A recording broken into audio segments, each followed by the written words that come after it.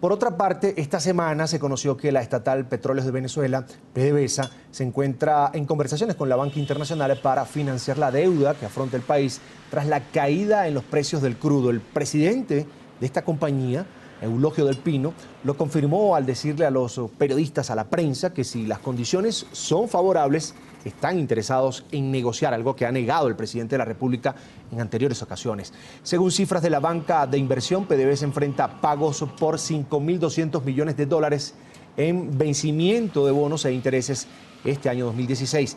Aunque los analistas han puesto sobre la mesa la posibilidad de una cesación de pagos para finales de año, Del Pino aseguró que están tomando todas las medidas necesarias para que eso no suceda. Y quiero saludar a José Toro Hardy.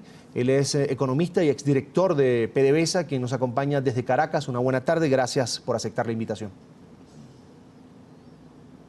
Muy buenas tardes, encantado de estar con ustedes y además los veo a veces de distintos sitios de Latinoamérica. Bienvenido, doctor. ¿Qué futuro tiene una negociación entre PDVSA y la banca internacional cuando ya el actual presidente de la petrolera dijo que no se dejarían imponer ninguna condición para acceder precisamente a ese auxilio financiero? Bueno, le voy a decir una cosa. Algo es lo que se dice y no necesariamente eso es lo que se hace. Recordemos que en Venezuela hay un ambiente yo diría, de patrioterismo exacerbado desde hace muchísimos años, y eso hace que a veces, aun cuando los organismos públicos estén en condiciones sumamente apretadas, a los ojos de la opinión pública, asumen este tipo de posiciones. Pero, Vamos a ver doctor, qué es lo que pasa en la realidad. ¿pero tiene un futuro una negociación como esta? ¿Cuál es el panorama que usted divisa? Mire, francamente, yo creo que PDVSA está en una situación sumamente complicada, como sumamente complicada es la posición financiera del gobierno de Venezuela. La producción petrolera del país ha venido cayendo fuertemente. Simultáneamente los niveles de eficiencia de PDVSA también han caído, los niveles de endeudamiento son casi exasperantes. Y al mismo tiempo hay dudas de que a lo largo del año pueda seguir cumpliendo tanto Venezuela como PDVSA con sus obligaciones. De manera que están buscando alguna manera de acercarse a la banca internacional para tratar de buscar alguna fórmula de financiamiento. Cada vez les ha resultado más difícil. Pareciera que ya China no está dispuesta a brindar los mismos apoyos que hasta el momento estuvo brindándole a Venezuela. Se ha corrido la voz de que Venezuela le pidió 2 años de plazo al gobierno chino para el pago de su deuda y que la respuesta fue negativa. PDVSA se encuentra en una situación comprometida, también, como le dije antes, no solo porque ha caído su producción, sino porque también han caído fuertemente los precios del petróleo. De hecho, en este momento hay una cosa que ha llamado mucho la atención en Venezuela, y es que el gobierno ha creado una suerte de PDVSA paralela, pero en manos de las Fuerzas Armadas. Aquí había un viejo programa de televisión que mantenía Exxon antes de la nacionalización, que se llamaba Petróleo en Gotas. Popularmente ahora se habla de que esta nueva empresa petrolera se llama Petróleo en Botas. Y le pareciera que esta nueva empresa petrolera en manos de los militares le están dando atribuciones para hacer todo lo mismo que hace PDVSA. Muchos piensan que es que PDVSA está cargada de obligaciones, está con un personal de 40.000 personas, pasó a tener más de 120.000 trabajadores, le han encargado de 1.000 cosas diferentes, ya no es una empresa petrolera, hoy en día se encarga de importar alimentos, construir viviendas, sembrar yuca, proyectos agrícolas, proyectos de alimentación, y así no se puede manejar una empresa petrolera. Pareciera que el gobierno busca caminos para establecer una nueva empresa petrolera del Estado, y pareciera que lo quieren hacer a través de las Fuerzas Armadas. Es una empresa cuyo presidente, a quien le rinde cuentas, no es al ministro de Energía y Minas, sino al ministro de la Defensa. Eso es bien extraño, cuando menos. Y por decirlo menos, pues, pero en todo caso, muchos consideran que esto es una una manera de PDVSA, de crear una nueva PDVSA que ya no tenga tantas obligaciones que no le corresponden a cuestas. Doctor, me voy a quedar con dos puntos que usted mencionó. El primero, el tema de esa empresa alterna a PDVSA que estaría manejada por militares, usted lo decía. Quiero que nos explique de qué se trata esto y además preguntarle, ¿no puede ser peligroso y contraproducente para la economía venezolana un proyecto como este? En mi opinión, sí. Y en mi opinión, despertaría muy poca credibilidad en manos de posibles inversionistas. Esta empresa le están atribuyendo facultades no solo para manejar el ámbito petrolero del país, sino también el ámbito minero del país.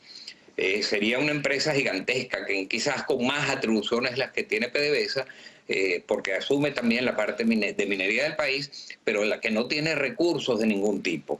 Vamos a ver hacia dónde se encamina esto.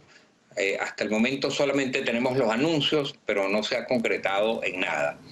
Ahora, doctor, si no es la banca internacional, ¿a dónde más puede acudir Venezuela? Tal vez algún otro país aliado, aparte de China, que usted ya comentaba que pues, se le está imponiendo tasas de pago inaccesibles para el país en este momento, dadas las condiciones de cómo está la economía. Yo creo que ya no le queda mucho a dónde acudir. Fíjese que no solo es que se está creando una empresa petrolera paralela a PDVSA en manos de los militares, sino que simultáneamente estamos encontrando que a la empresa Rosneft, que es la empresa petrolera más importante de Rusia, se le están traspasando acciones en empresas mixtas que tenía PDVSA junto con Rosneft.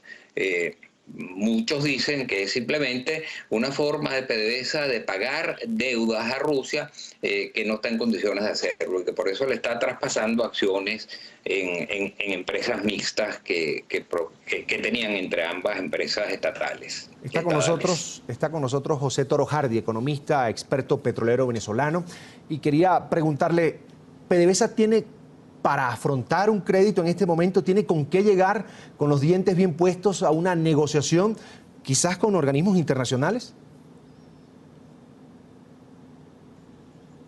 Mire, el gobierno ha rechazado reiteradamente la posibilidad de hacer acuerdos con el Fondo Monetario Internacional. No acepta las condiciones que usualmente acompañan a préstamos del Fondo Monetario Internacional. Sin embargo, somos muchos los venezolanos que consideramos que mucho más onerosos para el país son las condiciones que impone China al prestarle dinero a la República que las que impondría el Fondo Monetario Internacional. ¿Está PDVSA en buena situación como para ir con fuerza a una mesa de negociación? Bueno, yo creo que no.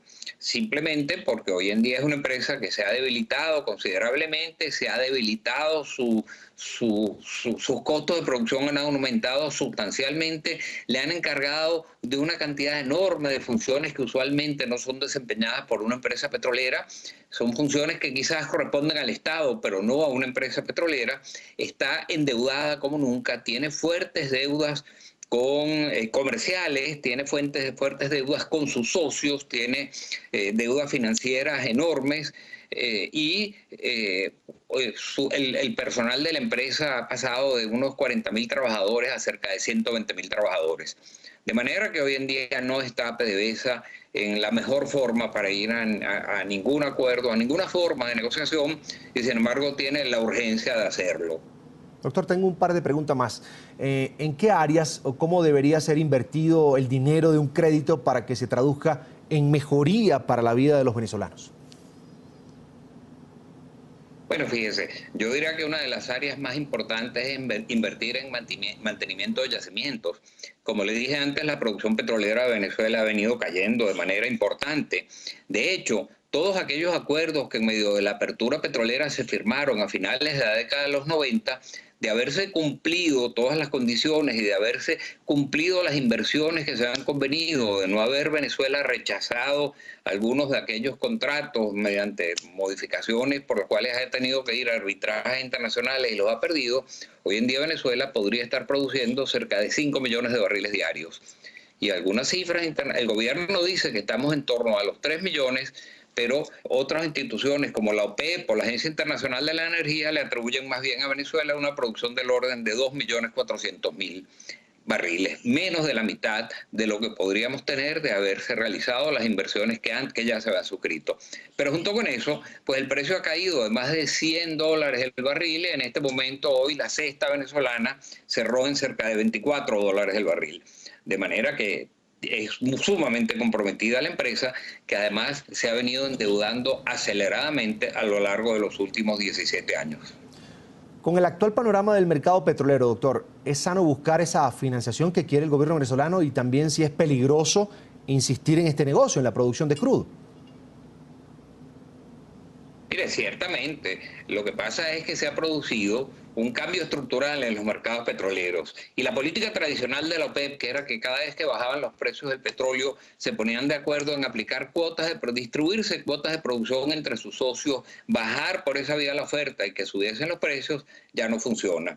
Hoy en día, lo que ha ocurrido es que algunos países, particularmente los Estados Unidos, han venido desarrollando tecnologías, en el caso del petróleo de lutitas, lo que llaman el fracking, y cada vez que, pues en la medida en que los países árabes o la OPEP ponía dificultades para ampliar la oferta petrolera, eso lo que hizo fue estimular la producción petrolera de los Estados Unidos con estas nuevas tecnologías. En los últimos 5 años ha venido aumentando en más de 1 millón de barriles diarios por año y hoy en día no es tan dependiente de las importaciones petroleras como lo era antes los Estados Unidos. Por eso algunos países árabes, particularmente Arabia Saudita, Kuwait, Emiratos Árabes, etcétera, no están de acuerdo en reducir las cuotas, en reducir la producción, porque piensan que eso lo que haría sería estimular las inversiones en este tipo nuevo de tecnología en los Estados Unidos. El fracking aumentaría la producción y eso podría desplazar petróleo de los mercados internacionales producido por la OPEP. Ellos consideran que una baja en los precios del petróleo durante un tiempo sirve para desestimular las inversiones de ese tipo de petróleo y eso hará que tarde o temprano se vayan a recuperar los precios. Es José Toro Hardy, exdirector de PDVSA, economista, experto en temas de petróleo, a quien quiero agradecerle que nos haya acompañado esta tarde aquí en NTN 24. A la orden siempre, encantado de escucharlo. Hasta pronto, doctor. Bienvenido siempre.